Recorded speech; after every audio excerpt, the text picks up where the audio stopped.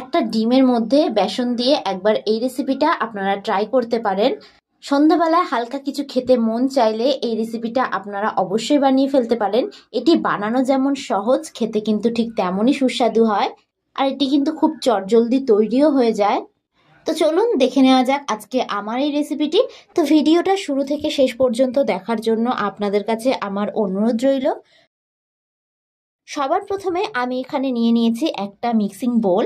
এবার আমি এর মধ্যে দিয়ে দিচ্ছি একটা ডিম। এখানে আপনারা কিন্তু পরিমাণটা বাড়িয়ে করতে পারেন। আমি এখানে কম করে রেসিপিটা আপনাদেরকে তৈরি করে দেখাচ্ছি। এবার আমি এর মধ্যে দিয়ে দিচ্ছি বেসন। আমি কিন্তু এখানে 4 টেবিল স্পুন অনুযায়ী বেসন নিয়েছিলাম, তো পুরোটা আমি এখানে দেব না। 3 টেবিল স্পুন অনুযায়ী আমি এখানে বেসন অ্যাড করে দিলাম। এবার আমি এর মধ্যে দিয়ে দিচ্ছি স্বাদ অনুযায়ী নুন। নুনটা অবশ্যই আপনারা আপনাদের টেস্ট অনুযায়ী দেবেন।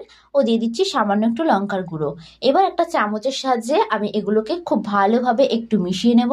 নমস্কার বন্ধুরা, রনিতাস ফুড প্লেসে আবারও একবার সকল বন্ধুকে আমি স্বাগত জানাই। আমি আবারও হাজির হলাম আপনাদের সামনে খুবই সহজ একটি রেসিপির ভিডিও নিয়ে। তো এখানে চামচ দিয়ে মেশাতে আমার একটু অসুবিধাই হচ্ছিল, সেই জন্য আমি এখানে হাত দিয়ে খুব ভালোভাবে সমস্ত উপকরণগুলোকে একটু মিশিয়ে নিচ্ছি।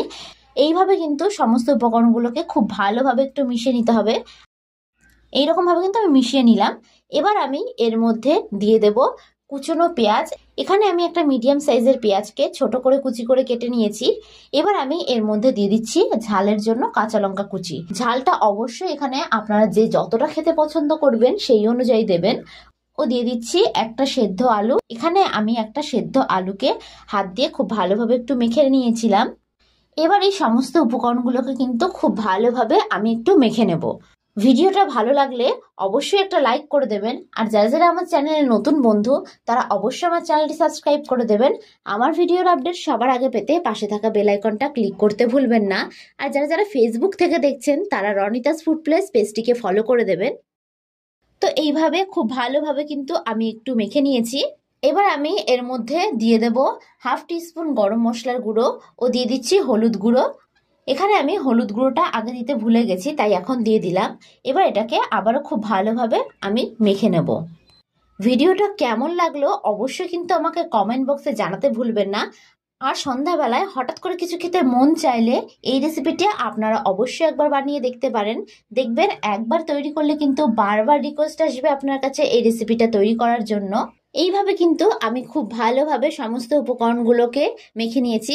আপনারা কিন্তু এখানে চাইলে একটু ধনেপাতা কুচি অ্যাড করে দিতে পারেন। তো দেখুন খুব ভালোভাবে কিন্তু মাখা হয়ে গেছে। এইরকম আঠালো ভাবে কিন্তু একটু মেখে নিতে হবে। অন্যদিকে আমি একটা ফ্রাইং প্যান বসিয়ে দিয়েছি। প্রথমে ফ্রাইং প্যানটাকে আমি খুব ভালোভাবে একটু গরম করে নেব।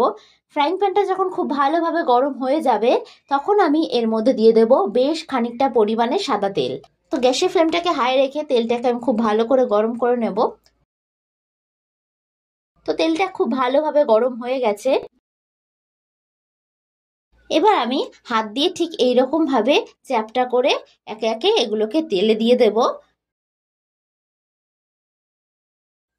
আমি এইরকম চ্যাপটা করে দিয়েছি, তবে আপনারা কিন্তু চাইলে আপনাদের পছন্দ মতন যে কোনো শেপেই এখানে দিয়ে দিতে পারেন। এইভাবে কিন্তু সমস্ত নাস্তাগুলোকে আমি দিয়ে দেব। নাস্তাগুলো দেওয়ার সময় গ্যাসের ফ্লেমটাকে মিডিয়ামে করে নেবেন, নাহলে কিন্তু নাস্তাগুলো পুড়ে যেতে পারে। এইভাবে কিন্তু মিডিয়াম ফ্লেমে আমি এক পিঠটাকে খুব ভালোভাবে একটু ভেজে নেব। আপনারা কিন্তু চাইলে নাস্তাগুলিকে ডিপ ফ্রাইও করতে পারেন। এক পিঠটাকে 2 মিনিট ধরে আমি খুব ভালোভাবে ভেজে নিয়েছি। এক পিঠটা ভাজা হয়েই গেছে। এবার এগুলোকে আমি উল্টে দেব। উল্টে অপর পিঠটাকেও কিন্তু ঠিক একই রকম ভাবে আমি ভেজে নেব। হাই ফ্লেমে ভাজবেন না, তাহলে কিন্তু বাইরে থেকে কালার চলে আসবে আর ভেতর থেকে একটু কাঁচা থেকে যাওয়ার সম্ভাবনা থাকবে। যেহেতু আলুটা সেদ্ধ করা সেহেতু কিন্তু এই রেসিপিটা তৈরি করতে খুব বেশি সময় লাগবে না। তো দেখুন দু পিঠটাই কিন্তু ঠিক এইরকম ভাবে লাল লাল করে আমি একটু ভেজে নিয়েছি। এইভাবে কিন্তু আপনারা কাজটা করে নেওয়ার চেষ্টা করবেন। এবার এগুলোকে আমি তেল ছেঁকে অন্য একটি পাত্রে তুলে নেব। এবার ওই তেলেই বাদবাকিগুলোকে কিন্তু ঠিক একই রকম ভাবে আমি ভেজে নেব।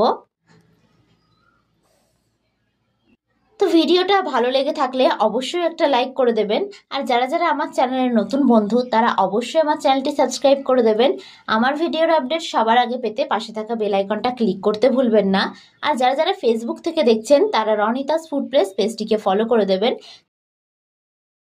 তো ভিডিওটা শুরু থেকে শেষ পর্যন্ত দেখার জন্য আপনাদেরকে আমি অসংখ্য ধন্যবাদ জানাই।